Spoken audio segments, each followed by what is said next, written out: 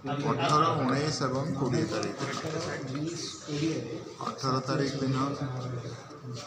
ତାରିଖ ଦିନ ପ୍ରଥମ କାର୍ଯ୍ୟକ୍ରମ ରହିଛି ହିନ୍ଦୁସ୍ତାନୀ ବାଦ୍ୟ ସଙ୍ଗୀତର ସମନ୍ୱୟ ଅଛନ୍ତି ସିତାରରେ ଶ୍ୟାମ ରସ୍ତୋଗୀ, ଭାୟୋଲିନରେ ଶାରଦା ପ୍ରସନ୍ନ ଦାସ ଏବଂ ଫ୍ଲୁଟ୍ ବଂଶୀରେ ଜବାହର ମିଶ୍ର।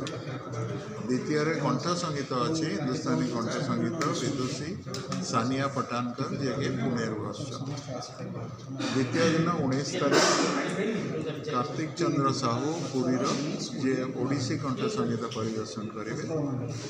ତାପରେ ହିନ୍ଦୁସ୍ତାନୀ କଣ୍ଠ ସଙ୍ଗୀତ ପରିବେଷଣ କରିବେ ପଣ୍ଡିତ କୁମାର ମର୍ଦୁର ଧାରୱାଡ଼ରୁ ଆସୁଛନ୍ତି। ତୃତୀୟ ଦିନ 20 ତାରିଖ ଶ୍ରୀ ବିଶ୍ୱଜିତ ମହାପାତ୍ର ହିନ୍ଦୁସ୍ତାନୀ କଣ୍ଠ ସଙ୍ଗୀତ ଗାଇବେ। ଆଉ ତୃତୀୟ ଦିନ ଦ୍ୱିତୀୟ କାର୍ଯ୍ୟକ୍ରମ ହେଲା ପର୍କସନ୍ ଏନ୍ସାମ୍ବଲ୍ ଯେଉଁଟାକି ବାଦ୍ୟ ଯନ୍ତ୍ରର ସମନ୍ୱୟ। ସେଥିରେ ଅଛନ୍ତି ପଣ୍ଡିତ ଗୋବିନ୍ଦ ବୋଷଙ୍କର 10 ଜଣ ଲୋକ ବଜେଇବେ ଷ୍ଟେଜ୍ ଉପରେ। ପୁରସ୍କାର କିଏ ପାଖରେ ଅଛି କି ଓଡ଼ିଶାର? ସେଦିନ ଗୋଟିଏ ମୁଖ୍ୟ ଆକର୍ଷଣ ହେଲା ଜୀବନବ୍ୟାପୀ ସାଧନା ପାଇଁ ଗୋଟିଏ ଆୱାର୍ଡ଼ ଦିଆଯିବ ଯେଉଁଟା ଆମେ ପ୍ରଫେସର ମୋହିନୀ ମୋହନ ପଟ୍ଟନାୟକଙ୍କୁ ଦିଆହେବ ଯିଏକି ବଂଶୀ ଗୁରୁ ଓଡ଼ିଶାର ବହୁତ ଖ୍ୟାତନାମା ବଂଶୀ ଗୁରୁ। ସେ ନିଜେ ତାଙ୍କର କେହି ଗୁରୁ ନଥିଲେ କିନ୍ତୁ ସିଏ 100ରୁ ଉର୍ଦ୍ଧ୍ୱ ଗୁରୁ ସୃଷ୍ଟି କରିସାରିଲେଣି।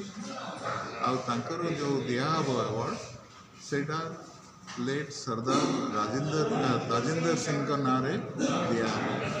ତାଙ୍କ ଭାଇ ସର୍ଦ୍ଦାର ରାଜେନ୍ଦ୍ର ସିଂ ଏହି ପୁରସ୍କାରଟାକୁ ପାଇଁ ଗୋଟେ ଏଣ୍ଡାଉମେଣ୍ଟ କ୍ରିଏଟ୍ କରିଛନ୍ତି। ତା'ର ଯାହା ସୁଧ ମିଳିବ ସେଥିରୁ ଆୱାର୍ଡ଼ ଦିଆଯିବ।